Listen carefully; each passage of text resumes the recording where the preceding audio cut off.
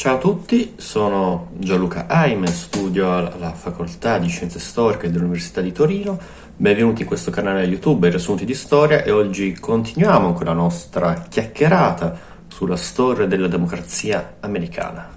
La prima parte di questo video sarà dedicata e si ricollegherà con l'ultima parte del video precedente, ovvero andremo ad analizzare brevemente la grande recessione del 2008. In seguito andremo ad analizzare la parola chiave di questo video, che è Democracy SPA, ovvero intendere la democrazia come una società per azioni, collegandoci al celebre saggio dello studioso americano Wallin.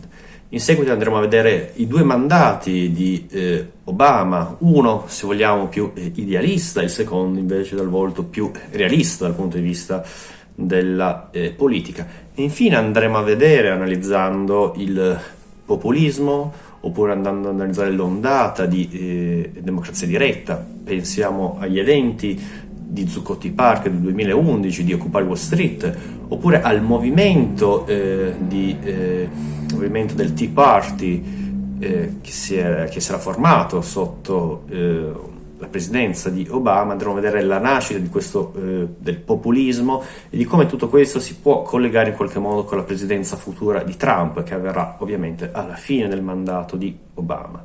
Come sempre in ogni video vi svelo le mie fonti grazie alle quali ho costruito questo video, ho ragionato su. Ebbene, per tutta la serie di questi video è stato ragionato tramite questo saggio di Giovanni Borgognone, Storia degli Stati Uniti, edito da Feltrinelli. E invece, per quanto riguarda la parola chiave di oggi, la Democracy SPA, ho preso spunto dalle riflessioni di questo importante saggio di Massimo Salvadori, Democrazia. Vi invito, questi ovviamente non sono gli unici saggi, ce n'è un sacco di saggi che uno può iniziare. Io ho iniziato da questi, vi invito anche ad iniziare anche da altri o ad approfondire questo argomento. Vi invito inoltre nei commenti a scrivermi il vostro parere e, perché no, anche delle critiche.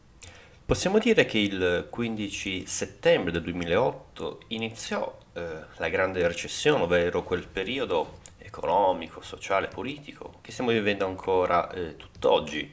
Oggi siamo nel 2022. Ebbene, com'è che iniziò questo processo? Iniziò con una grande speculazione incontrollata del mercato immobiliare. In seguito si diffuse una grande insolvenza da parte dei possessori di mutui, cioè in poche parole, per dire in modo molto semplice, le rate dei mutui non venivano pagate alle banche, vennero vendute delle case, degli immobili anche a chi non poteva permettersi di pagare, e questo su grande scala provocò un vero e proprio tracollo del sistema bancario americano. Infatti è celebre il fallimento della banca della Lehman Brothers, appunto il 15 settembre del 2008.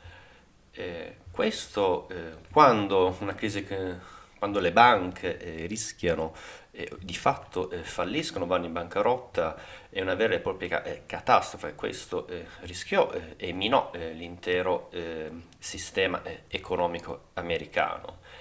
Infatti la grande recessione del 2008 è stata paragonata, a ragion veduta, anche alla grande recessione del 1929.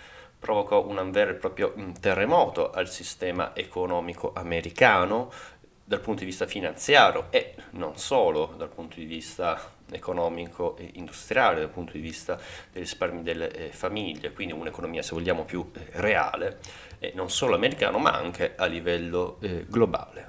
Nel 2008 uscì il celebre saggio dello studioso americano Sheldon Wallin, Democracy SPA, Stati Uniti, due punti, una vocazione totalitaria. Il fine di questo saggio era quello di dimostrare come, diversamente dai totalismi del secolo precedente, di destra e sinistra, che si caratterizzavano per essere contrari al capitalismo e per ovviamente portare politiche contro, per svuotare i diritti, i principi liberali e democratici. Ebbene, tutto questo si è verificato, si sta verificando tuttora, ma nel 2008 ormai era una certezza quasi assoluta, anche nelle democrazie contemporanee. Questo processo si verificò in modo rovesciato. Infatti le democrazie di oggi non sono altro che regimi dominati da delle oligarchie finanziarie, economie ricche, e quindi da grandi, non sono nient'altro che plutocrazie. Questa parola chiave l'abbiamo già trovata nel video dedicato agli anni 90 e non solo. Ormai nel 2008 sono consolidate, la politica non fa, i politici non fanno che riflettere gli interessi, le istanze, le politiche di questo tipo, politiche neoliberiste. Controllo queste oligarchie finanziarie, oltre ad essere rappresentate unicamente, rappresentano i loro interessi nella politica, hanno mai il controllo anche dei mezzi di comunicazione. I leader che si affacciano, ovviamente sto parlando dell'America, sono leader fortemente carismatici, con istanze fortemente cristiane, sia cristiano-evangelici, sia anche istanze cattoliche. Quindi si è creata questa alleanza tra elite economiche, fra politici, rappresentanti dei politici, mezzi di comunicazione e vari leader carismatici religiosi. Tutti questi sono combinati nelle varie oligarchie che, per carità, attenzione, non è una che controlla tutte, sono vari gruppi, varie oligarchie, spesso anche in lotta tra di loro per i loro interessi, che ovviamente vanno in contrasto tra di loro, quindi non facciamo l'errore di pensare al grande gomblotto mondiale. Ebbene, tutto questo può essere visto come un totalismo rovesciato, perché sì, di fatto si mantengono le caratteristiche liberali, come ad esempio il pluralismo, che è un grande valore liberale, continua a vivere, le elezioni continuano a esserci, ma hanno più un carattere rituale.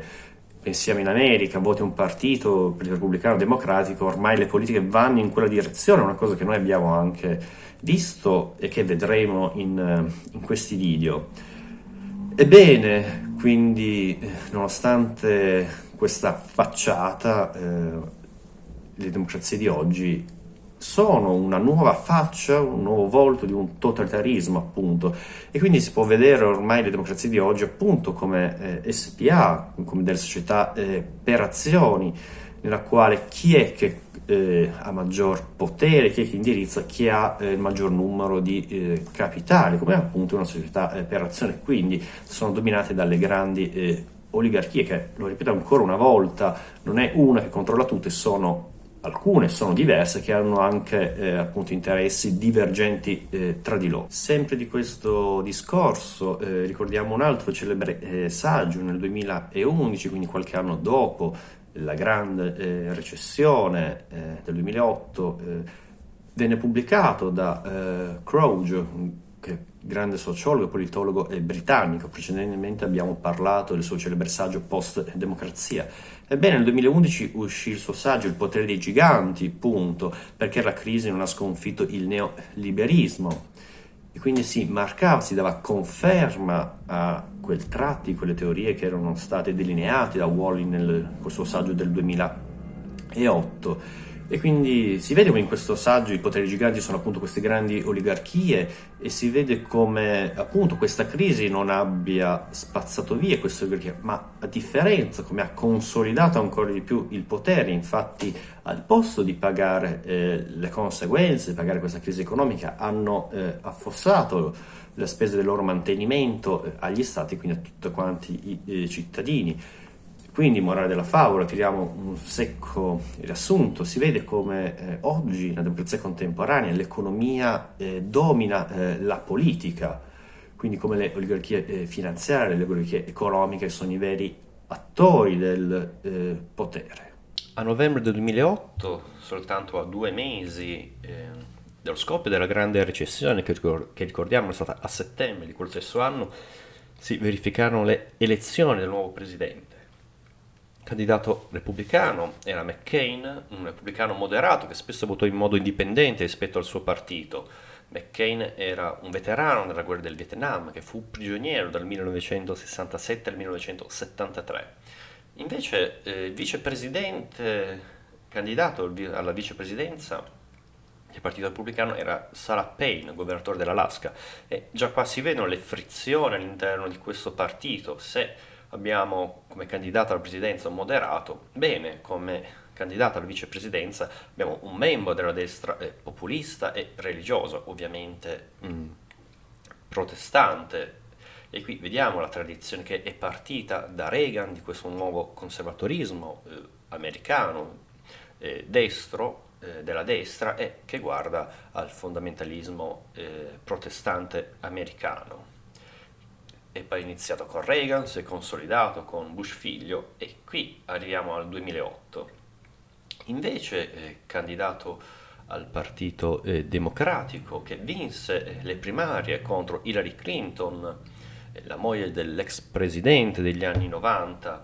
Ebbene, vinse sia le primarie, ma vinse anche le elezioni. Infatti il 4 novembre 2008 Barack Obama fu il nuovo presidente. Vinse all'età di 47 anni. Il padre nero del Kenya, originario proprio del Kenya, la madre bianca, e in particolare la propria moglie aveva origine e discendenza dagli schiavi africani. Quindi tutta questa tradizione di un solo uomo. Vinse un leader carismatico, avendo questa tradizione alle spalle, essendo anche il simbolo di tutto questo. Vinse anche grazie a grazie al suo carisma e anche grazie a una forte campagna elettorale giocata lì per la prima volta con l'uso di internet, con l'uso dei social, in particolare il suo slogan Yes We Can fu un simbolo, fu cavalcato, fu travolgente. La prima presidenza di Obama dal 2009-2011 fu più idealistica, se vogliamo dirla in questo modo. Vinse con il 53% dei voti, 365 grandi elettori su 538 confermarono, lo votarono. Il suo partito, il Partito Repubblicano, vinse sia alla Camera sia al Senato, e questo decretò un'autentica crisi nel Partito Repubblicano, che si vide, vuol dire, tagliato fuori, si vide messo a margine. La sua politica, il suo primo mandato fu descritto come l'inizio dell'età post-razziale e può essere collegata alla tradizione liberal, quindi alla tradizione di Kennedy, fino ad arrivare a Delano Roosevelt. Come vicepresidente scelse Joe Biden, oggi, 2022, l'attuale presidente degli Stati Uniti. Come tratti di questa politica possiamo ricordare la lotta per la parità di genere. Infatti scelse 3 donne, una di esse portoricana, alla Corte Suprema, che ricordiamo è l'organo più importante del potere giudiziario degli Stati Uniti. Riguardo alle politiche liberal, lo Stato, le spese federali entrarono in soccorso dell'economia. Ricordiamo la grande crisi, la grande recessione del 2008 scoppiò a settembre di quell'anno, e quindi tra le varie politiche ricordiamo il salvataggio della Chrysler in accordi con la Fiat, e quindi questo ci riguarda. In particolare le banche si decise di salvarle perché erano troppo grandi, le banche troppo grosse per poter cadere. Questo avrebbe provocato complicazioni e il tracollo dell'intero sistema economico, sia americano ma anche globale. Inoltre ci fu una regolamentazione delle pratiche finanziarie di Wall Street. Quindi qui vediamo il braccio liberal, lo Stato che tenta comunque di tutelare, non è pienamente libero mercato, se vogliamo anarchismo capitalistico. Però ovviamente non possiamo parlare di uno stato statalista, di politiche stataliste. Inoltre furono aggiornati dei prestiti per gli studenti, per lo studio. Una grande riforma di attratto liberal fu la riforma sanitaria, che coprì 1 milione di cittadini. Ovviamente non può competere con la grande tradizione, il grande welfare state europeo, in particolare francese e italiano. Infatti da questa riforma sanitaria di Obama furono esclusi 2 milioni di cittadini, un terzo di essi emigrati. Però fu un tentativo, fu una marcia verso. In particolare non riuscì nemmeno Clinton a portare a termine questa riforma, una riforma di questo tipo sanitaria. Riuscì Obama nel suo primo mandato. Inoltre, altri aspetti di questa politica idealista, ricordiamo la lotta ai diritti LGBT, in particolare nel 2009 una legge federale incluse i reati per la discriminazione di chi portatori di disabilità, dell'orientamento sessuale, dell'identità di genere. Fu revocato il divieto di viaggiare a chi è positivo all'HIV.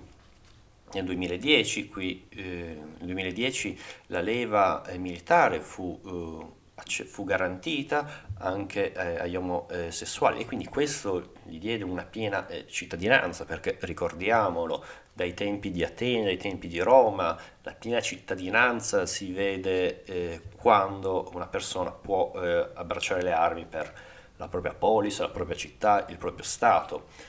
Infatti non è un caso, se pensiamo alle democrazie di oggi, che quando le donne, parliamo in Italia, dopo la seconda guerra mondiale, hanno ricevuto il diritto di voto, ebbene è stato concesso anche a loro di entrare nell'esercito. Tornando a noi, alla politica americana nel 2010, appunto, la leva fu aperta anche agli omosessuali. E queste politiche andranno avanti, qui sfociamo nel secondo mandato, tra il 2013 e il 2015 infatti fu concesso anche i matrimoni dello stesso sesso.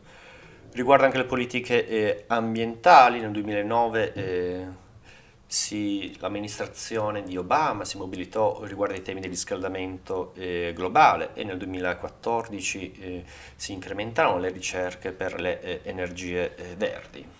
Tutti questi temi, che sono ovviamente, possiamo vederli, una tradizione libera, una tradizione progressista, una sinistra progressista.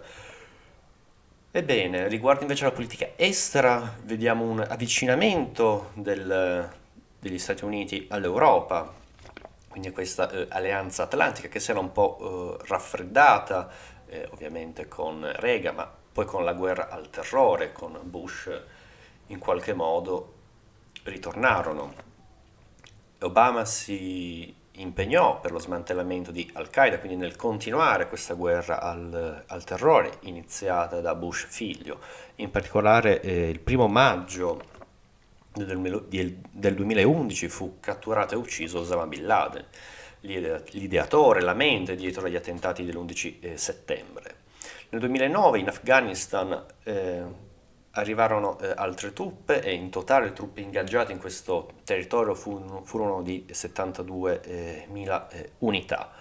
Infatti questo dato, questo voler chiudere la partita anche in Afghanistan, chiudere la partita con Al-Qaeda, ha fatto molto, come dire, guardare con sospetto, ha fatto un po' anche forse un po' ridere sotto i baffi il fatto che nello stesso anno, nel 2009, Obama ricevette il premio Nobel per la pace, ma dobbiamo sempre ricordare che questa è una politica di uno Stato egemone e quindi non sempre guarda all'idealismo. Certo che il suo primo mandato, Obama, che guarda tutto il volto nuovo, si vende un po' come la personificazione dell'idealismo, ha creato dubbio in molte persone. Ricordiamo infine che nel 2010 si pose fine alla guerra in Iraq, quindi con forse l'illusione che ormai la missione degli americani era finita, che avessero ormai avessero ormai creato le basi per una democrazia in quel territorio. Come parola chiave di questo video abbiamo voluto analizzare Democracy SPA. Ebbene, il 17 settembre 2011 avvenne la famosa occupazione del giardino Zuccotti Park, un giardino di Manhattan nei pressi di Wall Street, e questo dal movimento Occupy, appunto, che si chiamò Occupy Wall Street. Leader è una parola grossa, di sicuramente non è apprezzata, la maggior figura che spiccò, forse ideologo, anche se lui non reclama questa bandiera. Ebbene, mente, possiamo comunque vedere il celebre anarchico antropologo David Graeber, il quale documentò e ci riporta che come fonte di quegli eventi nel suo saggio Progetto Democrazia, edito dal Saggiatore, che si può trovare in italiano. Ebbene, che cos'era questo movimento? riguarda tutto il tema appunto della crisi, riguarda il tema dello svuotamento di fatto della democrazia ad opera delle grandi oligarchie. E questo svuotamento, questo potere sempre di più, queste politiche neoliberiste che hanno creato e creano tuttora una forte disuguaglianza sia all'esterno del mondo, quindi paesi del primo mondo, se vogliamo, sviluppati con paesi del terzo mondo, ma anche all'interno dei paesi del primo mondo, se vogliamo usare questo termine, forti disuguaglianze, ovvero è sempre di più marcata la tendenza che ci sono pochi ricchi, ma tanto, e sempre di più tanti poveri, molto poveri, ovvero la povertà è sempre più diffusa a grande parte della società, viene appunto con le politiche neoliberiste, come abbiamo visto nei video precedenti, di fatto la classe media perde terreno e quasi tende a scomparire. Ebbene, il movimento Occupy Wall Street, che si fa un anarchismo contemporaneo, quindi un anarchismo post-classico, quindi non più l'anarchismo del Novecento, per dire in maniera secca e brutale, dei bombaroli che andavano in giro o a fare tentativi o a mettere bombe in giro. È un anarchismo post-classico che intende fare una rivoluzione applicando gli stili di vita, creando anche degli spazi dove questo è possibile. Infatti Occupy Wall Street essere messo intorno a questo orizzonte. Ebbene, Occupy Wall Street si riferiva al 99%, ovvero a tutti coloro, tutti i cittadini del mondo che erano esclusi dai privilegi della grande plutocrazia, quindi sia in Occidente ma soprattutto anche non in Occidente, quindi il 99% contrapposto all'1%, quindi della classe finanziaria che deteneva le risorse finanziarie, anche le risorse economiche. Ebbene, si ricollegava anche a questo, sempre 2011, siamo nel periodo delle primavere arabe, siamo nel periodo di Atene, piazza Sintagma, che lotta contro l'austerity, contro la troika imposta dall'Unione Europea, quindi contro politiche neoliberiste e anche con movimenti in Spagna. Tutti questi movimenti, che ovviamente non c'entrano nulla tra di loro, si guardano, capiscono di avere qualcosa in comune, una critica in comune, soprattutto ovviamente per quanto riguarda Atene e la Spagna. Primavera arabe è ancora un altro discorso. Grazie anche ai mezzi di internet che iniziano a girare, i social e soprattutto Twitter, si iniziano a collegarsi, e questi eventi diventano pubblici a livello mondiale nell'immediato, appunto. Si bypassa i media tradizionali. Ebbene, qual è il fine di questo movimento di Occupy Wall Street? È quello di creare appunto una comunità, una nuova comunità, una civiltà ribelle, per usare le parole di Graeber, realizzarla, renderla possibile, quindi applicare di fatto una democrazia diretta, quindi andando oltre ormai la democrazia rappresentativa. Ovviamente si rifanno alla tradizione della democrazia diretta, del comunismo, se vogliamo, dei soviet, e quindi sempre contrapposti alla democrazia rappresentativa, che è una democrazia liberale. Loro vogliono effettivamente il governo del popolo, quindi si rifanno una democrazia diretta, ma la vogliono realizzare secondo appunto una dinamica orizzontale, appunto.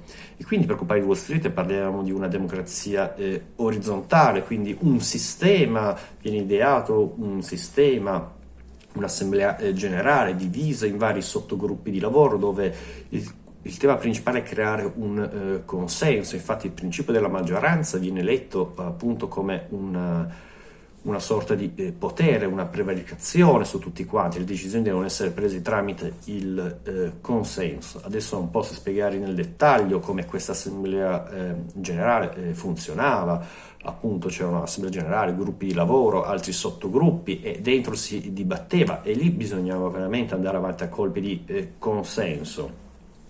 Quindi vi lascio casomai sotto nei commenti, dove potete trovare i riferimenti del saggio di David Graeber, che è molto interessante. Ebbene, quindi il fine è quello appunto di creare una democrazia orizzontale. Ovviamente, se a livello, come dire, ideologico il movimento Occupy Wall Street si fa al 99%, nella fattispecie si vede un po', se si legge a livello un po' realistico, che i veri soggetti di questo movimento, se vogliamo, il vero popolo di Occupy Wall Street, sono tutti coloro che subiscono i disagi delle economie di un'economia neoliberista, delle politiche neoliberiste, e soprattutto tutte quelle persone che non si sentono rappresentate dalle politiche democratiche liberali, delle democrazie rappresentative. E quindi qui, ad esempio, pensiamo al movimento LGBT, rientra in questo contesto. Ebbene, il fine di Occupy Wall Street era quello di realizzare un'autentica democrazia orizzontale, creare una comunità alternativa e rendere possibile tutto ciò. Il primo mandato di Obama del 2009-2011, come abbiamo detto, fu un mandato più idealistico, ma mentre il secondo, quello del 2012-2016, fu decisamente rivolto a una politica più realista. Infatti si percepì una crisi di Obama. Egli dovette cedere a dei compromessi, quindi a un aumento delle tasse. Il suo partito perse, il Partito Repubblicano vinse la Camera, il Senato restò ai democratici. Questo fu dovuto a una profonda delusione alimentata forse alle eccessive aspettative del primo mandato. Infatti si verificarono ben pochi risultati riguardo al superamento della crisi economica. La crisi di identità che vivevano gli Stati Uniti, che vivono tuttora, non fece altro che alimentare il partito repubblicano conservatore, in particolare l'emergere di nuove figure della scena mondiale come l'India, il Brasile, se vogliamo anche il ritorno pian piano della Russia, ma in particolare della Cina, che pian piano conquistò e acquistò la maggior parte del debito pubblico americano di questa crisi. Ebbene, le riforme a tema LGBT e dell'ambiente continuarono anche in questa, in particolare tema sociale, ricordiamo anche la lotta alle armi, in particolare il 16 gennaio 2013, la sparatoria alla scuola elementare Sandy Hook. Ebbene, in seguito a questa tragedia si mobilitò l'opinione pubblica, in particolare nel 2013 si verificarono. Obama, il governo federale, diede dei veri e propri ordini esecutivi e delle proposte per il controllo delle armi. In particolare nel 2016 annunciò delle nuove azioni contro la vendita delle pistole. Riguardo alla politica estera, il secondo mandato vive ancora le tensioni del mondo arabo. Ricordiamo che nel 2010-2012 esplose la primavera araba, in particolare nel 2011 la Libia, il governo di Gheddafi cadde e la NATO si mobilitò in prima persona contro questo regime. Diversamente nella guerra civile in Siria, dove a livello così ufficiale Obama si andò contro Assad, il presidente siriano, ma non ci fu un intervento in prima persona. Questo perché appunto, come si è visto in Iraq, che poi tutti questi territori verso poi il 2015, quindi verso la fine del suo mandato, saranno i territori dove nascerà l'ISIS, il famoso Stato islamico.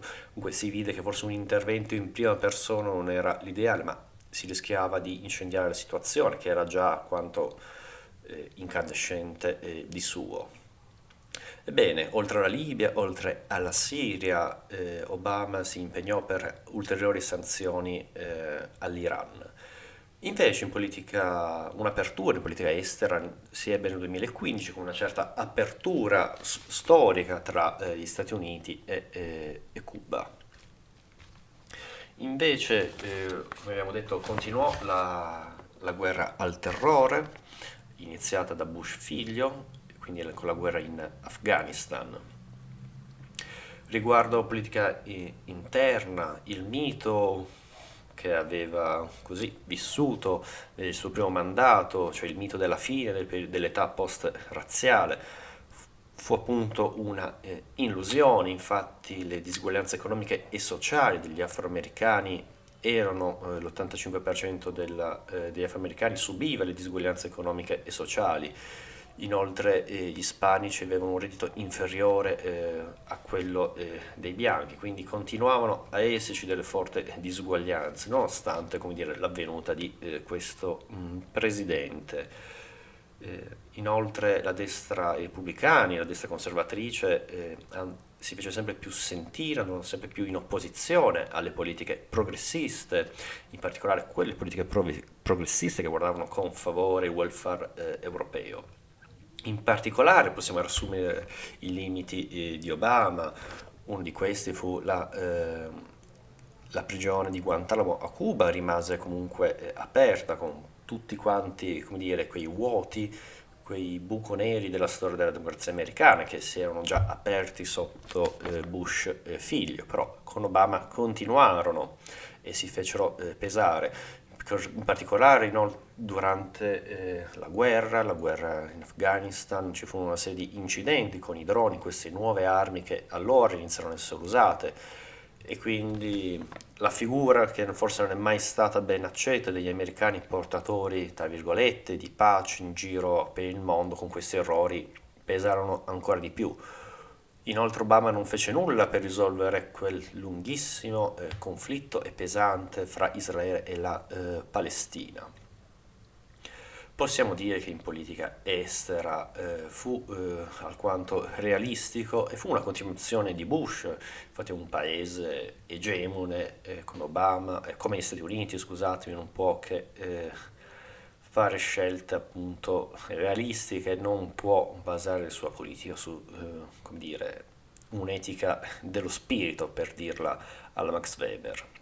In particolare, quindi, il partito dopo Obama, il Partito Democratico, uscì una profonda crisi, un'ala più libera, più progressista contro un'ala più moderata, quindi che guardava più con favore a delle istanze del partito repubblicano, quindi, quindi invocando un governo di unità nazionale in questa grande crisi, in questa guerra, sia se vogliamo all'esterno, ma soprattutto una guerra economica, quindi un governo di unità nazionale per la lotta al debito pubblico e quindi andare contro ogni tentativo di aumentare il debito pubblico, in poche parole andare contro alle riforme liberali, alle riforme sociali come la riforma sanitaria e non solo, che Obama in questi 2 mandati ha portato avanti, quindi un taglio del debito pubblico e quindi un taglio delle spese federali. Quindi in questo modo appunto il Partito Repubblicano visse la sua crisi, la sua spaccatura, che portarono alla sua sconfitta nelle elezioni del 2016. Il primo mandato di Obama, come abbiamo visto, è stato acclamato con grande favore, una grande ondata di idealismo, l'inizio di un'età post-razziale. Ma ovviamente i suoi oppositori, critici, siamo una democrazia e ci sono sempre, e quindi tra questi ricordiamo il movimento Tea Party, magari se si è visto in qualche immagine del telegiornale o su internet. È un vero movimento che si vestiva con costumi del Settecento, voleva ricreare appunto il Tea Party, quello di Boston, quando, come dire, gli americani, i coloni, forse il termine più corretto, contro la madrepatria, contro un governo centrale che voleva imporre la sua, hanno appunto boicottato, gettando i carichi commerciali di tè col quale commerciavano con la madrepatria nell'Atlantico. Non è un caso tutto ciò, bisogna bene tenere in mente, perché questo movimento che si rifà in modo esplicito alla tradizione antifederalista, e quindi qui vediamo come tutta la politica, la storia della politica americana viva sempre questa profonda tensione tra un governo federale, un governo centrale dall'altro, e un suo oppositore, chi è contrario a tutto ciò, chi vede un potere centrale appunto la vecchia Gran Bretagna e quindi da ostacolare, per meglio dire, chi vede nelle politiche liberali, nelle politiche federali di Obama un dispotismo soft. Quindi il centralismo, il potere federale deve essere ostacolato, perché ostacola la vera democrazia, che è il vero cuore degli Stati Uniti. Ebbene, questo non solo, appunto, c'è questo movimento così di folklore ma si mobilitarono interi giornali, tutta quanta, come dire, gli amici, tutta quanta l'ambiente del partito repubblicano, in particolare pensiamo alla TV, in particolare pensiamo a Fox News. Ebbene, tutto ciò diede, e qui che vediamo già il terreno fertile dal quale poi appunto Trump, che alla fine del secondo mandato di Obama vincerà le elezioni, quindi vediamo questo populismo conservatore. E quindi in questi anni, gli anni appunto della presidenza di Obama, vediamo come movimento repubblicano si sia comunque opposto alle politiche di Obama e quindi si sia opposto a un aumento delle tasse, perché ovviamente con l'aumento delle tasse, soprattutto le tasse appunto dei ricchi, e quindi qui ritorna il nostro tema della parola chiave della plutocrazia, delle elite oligarchiche, dei grandi ricchi. Ebbene, sì, con queste tasse si è finanziato i grandi progetti sociali di welfare state di Obama, prima tra tutte la riforma sanitaria, e quindi prima tra tutto vedevano male queste politiche, quindi davano ricette che avevano un forte gusto di Reagan, quindi politiche neoliberiste di taglio al welfare state, quindi taglio anche del debito pubblico. Siamo sempre in un contesto di crisi economica. Appunto un ritorno, se vogliamo, delle istanze antifederali, quindi contro un governo centrale, contro un governo federale. Inoltre si vede come la destra cristiana, la destra ovviamente protestante, si oppose in tutti quei riforme di Obama nel campo del LGBT. E quindi infine un populismo conservatore che ha un forte sapore di ultra conservatore, quindi del primato dei bianchi, appunto con un presidente di colore, un presidente che, come abbiamo detto, la propria moglie, la First Lady, discendeva dai schiavi afroamericani, quindi un primatismo di nuovo dell'americano bianco, dell'americano, se vogliamo, il classico americano del sud. Ritornano questi schemi, l'americano fuori delle grandi città che guarda sempre male gli uomini finanziari, gli uomini delle città, gli uomini delle grandi città, gli uomini soprattutto della federazione, e più rivolte, se vogliamo, a un autogoverno. Bene, tutto questo è il bacino populismo conservatore con il quale poi arriveremo al 10 novembre 2016, con il quale Trump arriverà alla presidenza, ma questa è un'altra storia. Siamo arrivati alla fine di questa chiacchierata. Come sempre vi metterò anche in descrizione i link nei quali troverete le mie due fonti attraverso le quali ho riflettuto per costruire questo video. Ovviamente ci sono tanti saggi diversi, si può iniziare da questi due saggi ma anche da altri. Io per correttezza vi rilascio e vi invito ancora una volta a commentare insieme a voi, creando un dibattito civile nei commenti e perché no anche a criticare. Io vi saluto e nulla, spero di avervi annoiato, ma non troppo.